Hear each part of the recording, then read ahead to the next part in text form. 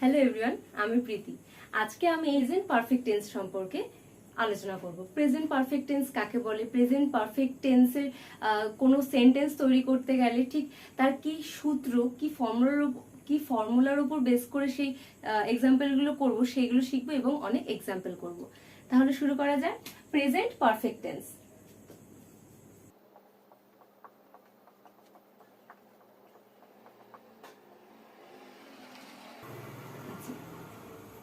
তাহলে present perfect tense কাকে বলে, প্রেজেন্ট পারফেক্ট টেন্স বলতে ঠিক কি বোঝায় সেটা আমরা জানবো সবার আগে।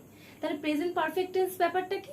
প্রেজেন্ট পারফেক্ট টেন্স হলো সেই সময়কালটা, ঠিক যেই কাজটা কেবলমাত্রই ঘটলো, এই সবে সদ্য শেষ হলো কাজটা, যে কাজটা এখনই শেষ হলো কিন্তু সেই কাজটার প্রভাব এখনো শেষ হয়নি, সেই কাজটার রেশ এখনো কাটেনি, এমন ধরনের কিছু কাজের ক্ষেত্রে প্রেজেন্ট পারফেক্ট টেন্স ইউজ হয়।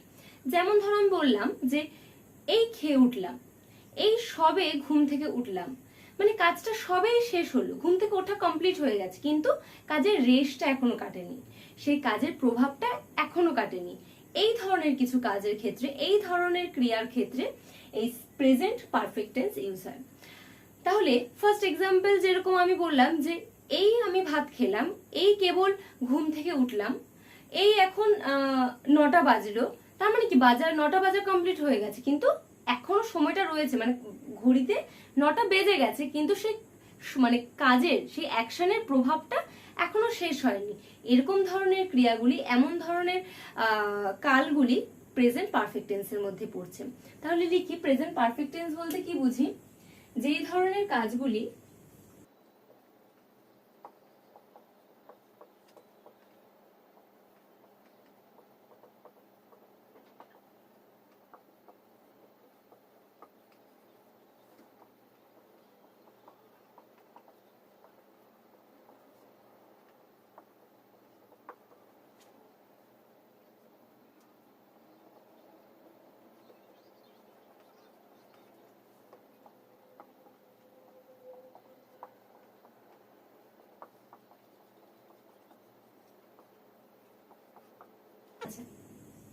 এই গেল প্রেজেন্ট পারফেক্ট টেন্স বলতে আমরা কি বুঝি। এইবার প্রেজেন্ট পারফেক্ট টেন্সের ওপরে কোনো সেন্টেন্স তৈরি করতে গেলে তার একটা ফর্মুলা হয়, সেই ফর্মুলাটাকে আগে একটু দেখে নিই। ফর্মুলাটা হলো ফার্স্ট একটা সাবজেক্ট বসবে, লিখি। আচ্ছা, সাবজেক্টের পরে তারপর যখনই দেখবো সেটা পারফেক্ট টেন্স, তারপর সবসময় একটা হ্যাভ বা হ্যাজ বসে। সাবজেক্টের পর একটা হ্যাভ বা হ্যাজ বসবে। যেহেতু এটা প্রেজেন্ট টেন্স তাই প্রেজেন্ট পারফেক্টের ক্ষেত্রে এখানে একটা হ্যাভ নয় হ্যাজ বসবে। যখন যেটা সুইটেবল তখন সেটা বসাতে হবে, সেটা সাবজেক্টের উপর ডিপেন্ড করছে যে এরপরে হ্যাভ বসবে না হ্যাজ বসবে, সেটা যখন আমরা এক্সাম্পল করবো তখন আমরা শিখবো। আচ্ছা, সাবজেক্ট, তারপর হ্যাভ বা হ্যাজ, তারপর বসবে, তারপর যে ভার্বটা বসবে সেই ভার্বের 3 নম্বর থার্ড ফর্ম বসবে, মানে পাস্ট পার্টিসিপল ফর্মটা বসবে ভার্বের। তাহলে লিখি V3, তার মানে V3 মানে ভার্ব 3। তাহলে সাবজেক্ট, হ্যাভ বা হ্যাজ, তারপরে ভার্বের থার্ড ফর্ম, তারপর অবজেক্ট। এই গেল আমার টোটাল ফর্মুলা। এটা হচ্ছে আমার প্রেজেন্ট পারফেক্ট টেন্সের ফর্মুলা, এর উপর বেস করে আমি এক্সাম্পল গুলো করাবো। আচ্ছা, এই গেল, এবার এক্সাম্পলে যাই। প্রত্যেকবারের মতো উপরে আমরা ছোট করে ফর্মুলাটা লিখে নিই, যাতে করে নিচে যখন এক্সাম্পল গুলো করবো তখন আমাদের চোখে পড়বে ফর্মুলাটা, ওটা দেখে দেখে করতে পারবো। আচ্ছা, এস লিখলাম, এস ফর সাবজেক্ট, শর্টে লিখবো আমরা। তারপরে হ্যাভ বা হ্যাজ,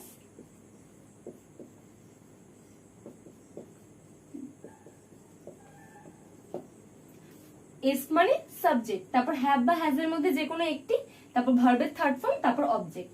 এই গেল আমার ফর্মুলা, উপরে ছোট্ট করে লিখে নিলাম। এবার আমরা এক্সাম্পল করব।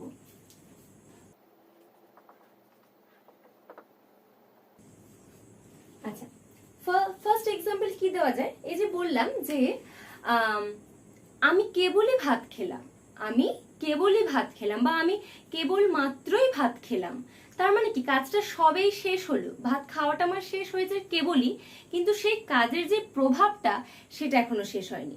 এরকম মনে হচ্ছে যে কেবলই ভাত খেয়ে উঠলাম, সবেই ভাত খেয়ে উঠলাম, তাই না, মানে কাজের এখনো প্রভাবটাই কাটেনি, সবেই কাজটা শেষ হলো। এমন ধরনের বাক্যগুলি কিন্তু প্রেজেন্ট পারফেক্ট টেন্সের মধ্যে পড়ে। যেরকম বললাম, তাহলে এই এক্সাম্পলটা করি।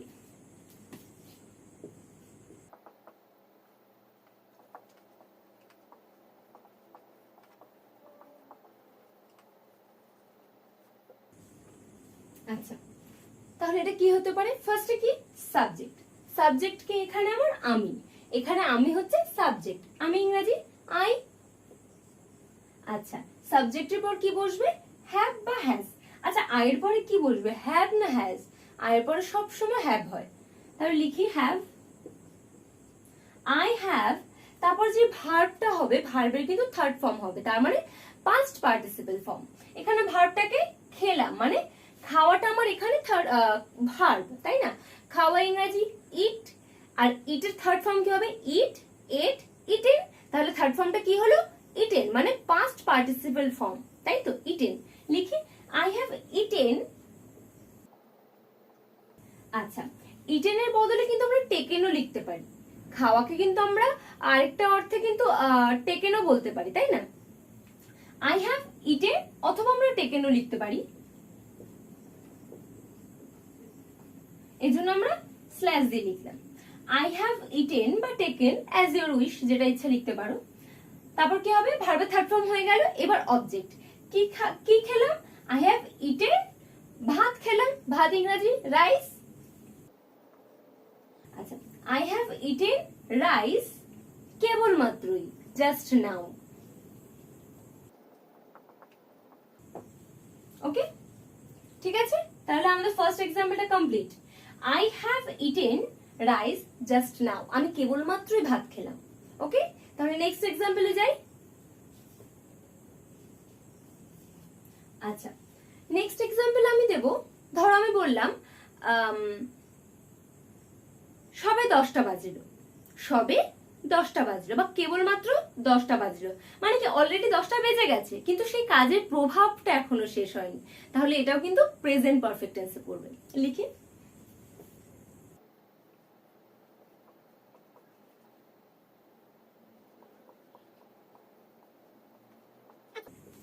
তাহলে ফার্স্টে কি হবে? একটা সাবজেক্ট হবে। এখানে সাবজেক্টটা কি? এইমাত্র 10টা বাজলো। এখানে কিন্তু সাবজেক্টটা তেমন ভাবে কিছু নেই। যখন কোনো বাক্যে আমরা কোনো সাবজেক্ট পাবো না সঠিকভাবে, কোনো ঠিকঠাক সাবজেক্ট খুঁজে পাবো না, তখন কিন্তু আমরা ইটটাকে আমরা সাবজেক্ট ধরে নিতে পারি। লিখি ইট,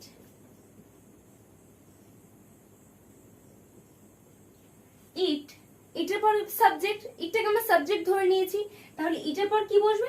হ্যাভ বা হ্যাজ। তাহলে ইটের পরে কি হবে? অলওয়েজ হ্যাভ না হ্যাজ? অবশ্যই হ্যাজ বসবে। কেন? কারণ ইট মানে এইটা, এটা কিন্তু থার্ড পারসন সিঙ্গুলার নাম্বার বোঝাচ্ছে, তাহলে এরপর কিন্তু হ্যাজ হবে। It has, it has. তারপর কি হবে? ভার্বের 3 নম্বর ফর্ম। ভার্ব কোনটা? বাজলো, বাজে ইংরেজি কি? এখানে স্ট্রাক হবে, তাই তো? স্ট্রাইক মানে আঘাত করা, মানে এখানে ঘড়ির কাঁটা আঘাত করছে আর কি, ব্যাপারটা ওরকম। Strike, struck, struck. তাহলে স্ট্রাইকের থার্ড ফর্ম কি হবে? Strike, struck, struck. তাহলে এখানে it has struck, it has struck, কটা বাজলো? 10 জাস্ট নাও। তাহলে কি হলো? It has struck 10 just now, তাহলে কেবলমাত্র 10টা বাজলো, হয়ে গেল। আচ্ছা, এবার আমরা নাম্বার 3 এক্সাম্পলে যাব। মুছে ফেলি।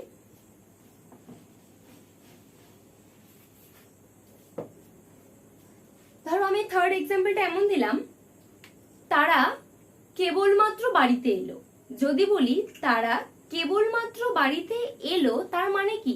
তারা অলরেডি বাড়িতে চলে এসেছে, কিন্তু সেই কাজের প্রভাবটা কিন্তু এখনো কাটেনি, তাই না? তাহলে এটাও কিন্তু প্রেজেন্ট পারফেক্ট টেন্সেই পড়ছে। লিখি,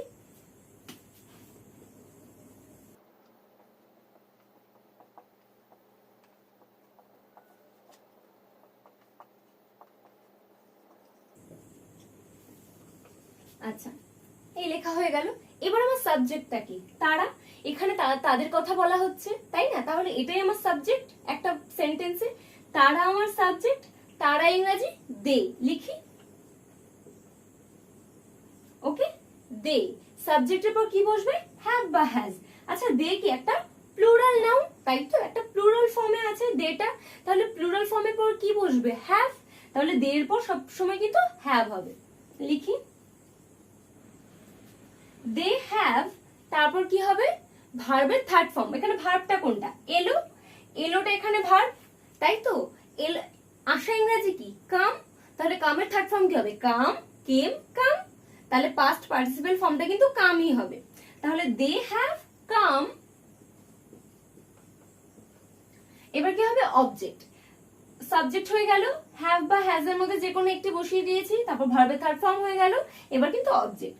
দে হ্যাভ কাম হোম জাস্ট নাও।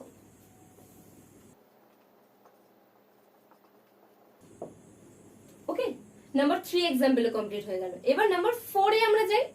আচ্ছা,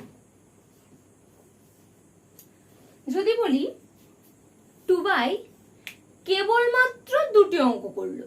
যদি বলি টুবাই কেবলমাত্র 2টি অঙ্ক করলো, তাহলে ব্যাপারটা কেমন হচ্ছে? ও 2টি অঙ্ক অলরেডি কিন্তু করা হয়ে গেছে, সবাই কাজটা করলো, মানে সবাই 2টি অঙ্ক শেষ করলো। তাহলে লিখি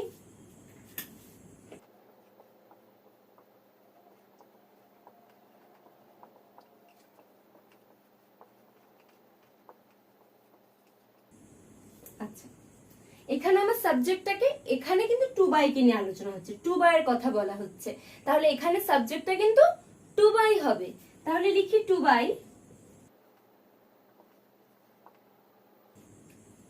টুবাই। তারপর কি হবে? হ্যাভ বা হ্যাজ। এখানে টুবাই একজনের নাম বলেছে, একজনের কথা বলা হচ্ছে, সিঙ্গুলার নাম্বার, তাহলে এরপরে কি বসবে? হ্যাজ বসবে, তাই তো? তাহলে টুবাই হ্যাজ, টুবাই, টুবাই হ্যাজ, তাই তো? টুবাই হ্যাজ। এবার ভার্বটা কোনটা আমার? ভার্ব হলো করলো, ক্রিয়া। করা ইংরেজি কি? ডু, তাই তো? তাহলে ডু এর থার্ড ফর্ম কি হবে?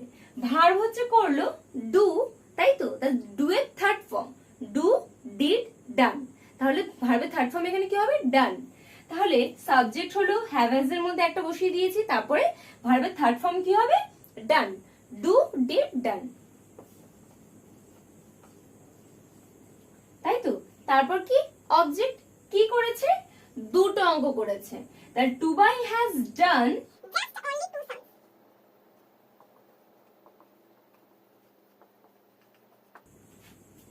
ওকে, হলো। এবার নাম্বার 5 এক্সাম্পলে যাব আমরা। এবার আমি এক্সাম্পল দেব, মিঠু সব মিষ্টি খেয়ে ফেললো। এটা কেমন হচ্ছে? মিঠু সব মিষ্টি খেয়ে ফেললো, তার মানে কি? মিঠু সবে মাত্র সবটা মিষ্টি খেলো, তাই না? কাজটা সবেই শেষ হলো, তাই তো? কিন্তু কাজের প্রভাবটা এখনো শেষ হয়নি, তাহলে এটাও প্রেজেন্ট পারফেক্ট টেন্সে পড়ছে। লিখি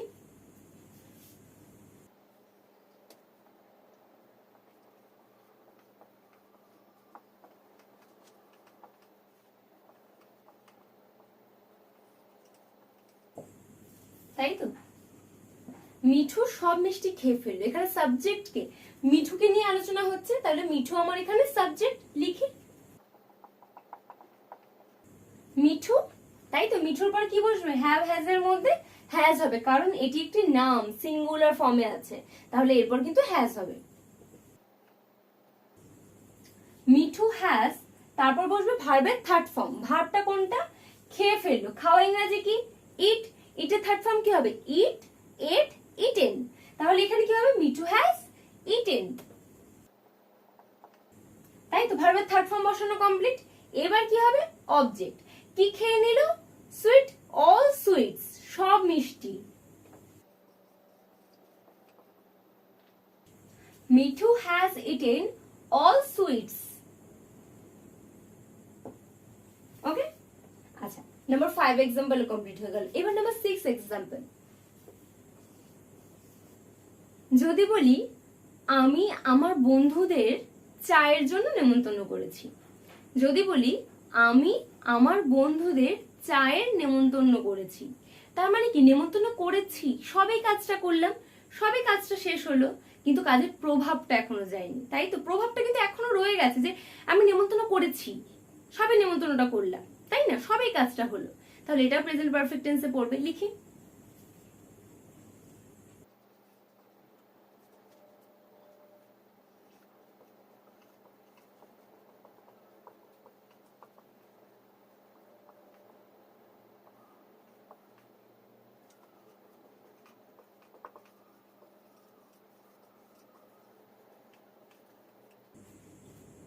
হলো, আমি আমার বন্ধুদের চায়ে নেমন্তন্ন করেছি।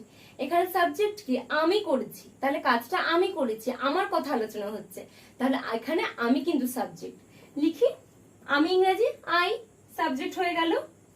সাবজেক্টের পর কি বসবে? হ্যাভ বা হ্যাজ। আই এর সাথে সবসময় কি হয়? হ্যাভ হয়। লিখি। আই হ্যাভ, আই হ্যাভ, তারপর ভার্বের থার্ড ফর্ম। ভার্ব কোনটা? নেমন্তন্ন করেছি। নেমন্তন্ন করে ইংরেজি কি? ইনভাইট। ইনভাইটের থার্ড ফর্ম কি হবে? ইনভাইট, ইনভাইটেড, ইনভাইটেড, তাই তো? তাহলে আই হ্যাভ, তারপর ভার্বের থার্ড ফর্ম কি? ইনভাইটেড।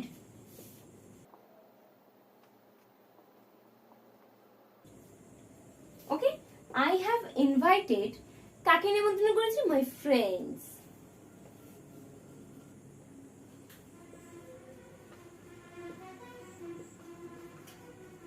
কিসের জন্য নেমন্তন্ন করেছি? চায়ের জন্য, ফর টি। হলো, I have invited my friends for tea, আমি আমার বন্ধুদেরকে চায়ের নেমন্তন্ন করেছি। Complete. Okay, number 6 example complete. এইবার করব নাম্বার 7 এ যাব এক্সাম্পল। এবার লিখবো তনয়া কলকাতায় এসেছে। ওর কিন্তু আসাটা কমপ্লিট, সবে এলো, তাই না? তনয়া কলকাতা এসেছে, তার মানে ও কিন্তু এসে পড়েছে, কাজটা কমপ্লিট হয়ে গেছে, কিন্তু কাজের প্রভাবটা এখনো যায়নি। লিখি।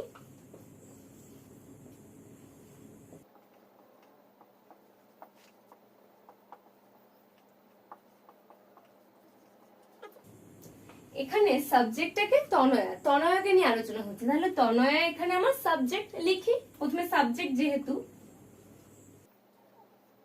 তনয়া। আচ্ছা, তারপর কি হবে? হ্যাভ বা হ্যাজ, যেহেতু এটার নাম, একজনের নাম, একজনের কথা বলা হচ্ছে, সিঙ্গুলার নাম্বার, তাহলে কিন্তু হ্যাজ হবে। তানায়া হ্যাজ, তারপর কি? ভার্বের থার্ড ফর্ম। ভার্ব কি? এখানে এসেছেটা আমার ভার্ব, আসা ইংরেজি কি? কাম, তাহলে থার্ড ফর্ম কি হবে? কাম, কেম, কাম। লিখি। তানায়া হ্যাজ কাম, কোথায় এসেছে? কলকাতায়, তাহলে কি হবে? তানায়া হ্যাজ কাম টু কলকাতা।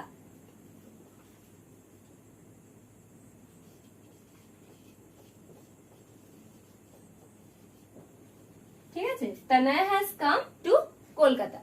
আচ্ছা, নাম্বার 8 এক্সাম্পল। নাম্বার 8 এ আমরা যদি লিখি বাচ্চাটি ঘুমোলো, তার মানে সবেই ঘুমোলো, ও কিন্তু ঘুমিয়ে পড়েছে অলরেডি, মানে কাজটা কমপ্লিট, কিন্তু কাজের প্রভাবটা শেষ হয়নি, তাই তো? কাজের রেশটা এখনো রয়ে গেছে, তাহলে কি হবে? বাচ্চাটি ঘুমোলো। লিখি।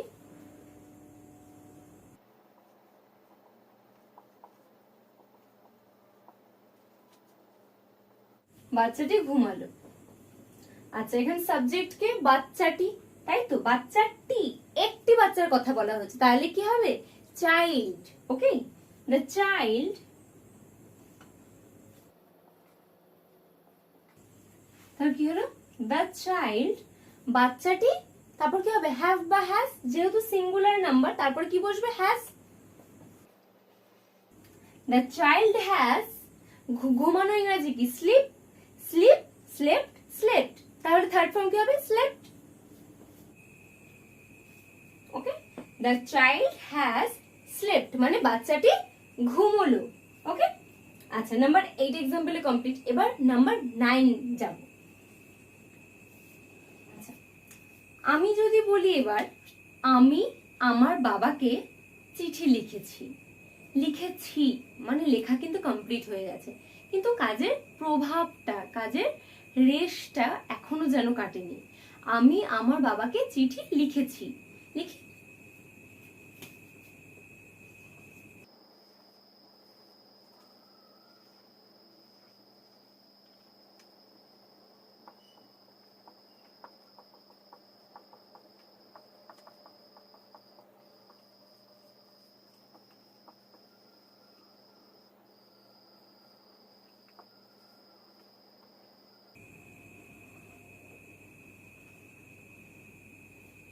ঠিক আছে। আচ্ছা, এখানে সাবজেক্টটাকে আমি আমি লিখেছি, তাই তো? তাহলে সাবজেক্টটা কি? আমি, আমার কথা আলোচনা হচ্ছে, তাহলে লিখি আমি, আই, সাবজেক্ট হয়ে গেল। সাবজেক্টের পর কি? হ্যাভ বা হ্যাজ। তাহলে আয়ের সাথে সবসময় হ্যাভ হয়, লিখি। আচ্ছা, আই হ্যাভ, তারপর কি বসবে? ভার্বের থার্ড ফর্ম। ভার্বটা কি? লিখেছি, তাই তো? লেখা ইংরেজি কি? রাইট। এর থার্ড ফর্ম কি হবে? Write, wrote, written. লিখি। আই হ্যাভ রিটেন, আমি লিখেছি, কি লিখেছি? একটা চিঠি আমার বাবাকে, তাই তো? আমি আমার বাবাকে চিঠি লিখেছি। I have written a letter to my father.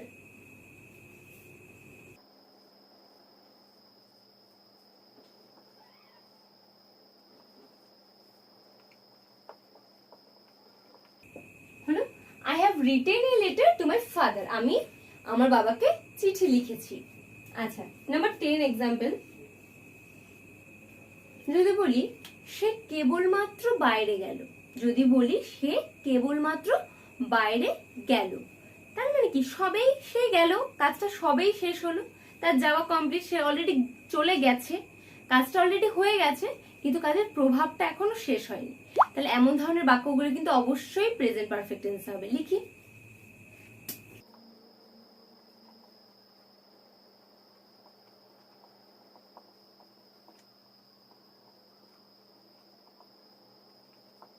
আচ্ছা, সে কেবলমাত্রই বাইরে গেল, এখানে সাবজেক্টটাকে সে, তাই তো? এখানে সে এর কথা আলোচনা হচ্ছে, তাহলে সে আমার সাবজেক্ট, সে ইংরেজি, হি বা সি যে কোনো একটা। আমি এখানে সি দিই, সি যে মেয়েদের ক্ষেত্রে, হি ছেলেদের ক্ষেত্রে। সি। আচ্ছা, সাবজেক্ট হয়ে গেল। সাবজেক্টের পর হ্যাভ বা হ্যাজ, তাই তো? এখানে কি হবে? হ্যাজ, কারণ সিঙ্গুলার নাম্বারে আছে সাবজেক্টে, তাই তো? তাহলে শি হ্যাজ, শি হ্যাজ। তারপর ভার্বের থার্ড ফর্ম। ভার্ব কোনটা? বাইরে গেল, যাওয়াটা ভার্ব, যাওয়া ইংরেজি কি? গো। গো এর থার্ড ফর্ম কি হবে? গো, ওয়েন্ট, গান। গো এর থার্ড ফর্ম কি হবে? গো, ওয়েন্ট, গান। তার থার্ড ফর্ম কি? Gone. Okay, she has gone, she has gone কোথায় গেছে? বাইরে। She has gone out. Okay, she has gone out just now. সে কেবলমাত্র বাইরে গেল। হয়ে গেছে, ব্যাস। এই কটা এক্সাম্পল আজকে করার ছিল। আমার ভিডিওটা যদি ভালো লেগে থাকে, কিছু যদি হেল্প হয়ে থাকে, অবশ্যই লাইক করুন, সাবস্ক্রাইব করুন এবং যদি কারোর প্রয়োজন হয় অবশ্যই শেয়ার করুন।